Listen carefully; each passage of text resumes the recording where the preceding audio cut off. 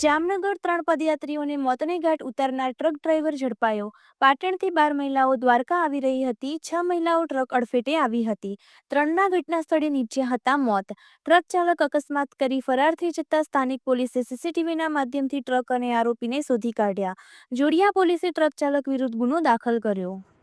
જામનગર જિલ્લાના જોડિયા police station વિસ્તારમાં આવેલ બાલંબા આઉટપોસ્ટ બાલંબા પાટિયા હાઈવે રોડ ઉપર પદયાત્રીઓ 12 જેટલી મહિલાઓ પાટણ જિલ્લામાંથી દ્વારકા ખાતે જતી રસ્તામાં ટ્રક દ્વારા એને અડફેટે લેતા એમાં 6 મહિલાઓને અડફેટે લેતા 3 મહિલાઓ સ્થળ ઉપર મૃત્યુ થયેલ, જે અન્વયે તાત્કાલિક સ્થાનિક પીઆઈ દ્વારા સ્થળ ઉપર વિઝિટ કરી અને સીસીટીવી કેમેરા ચેક કરી અને ગાડીને ટ્રેક કરતા સૌપ્રથમ ગાડી અનનોન હતી, પરંતુ સીસીટીવી મારફતે નંબર મેળવી ટ્રેક કરતા અને આરોપીની તપાસ કરતા મેપ પરથી તેની ધરપકડ કરવામાં આવેલ છે અને આરોપીને પોલીસ કસ્ટડીમાં લઈને કાયદેસરની કાર્યવાહી કરવામાં આવેલ છે.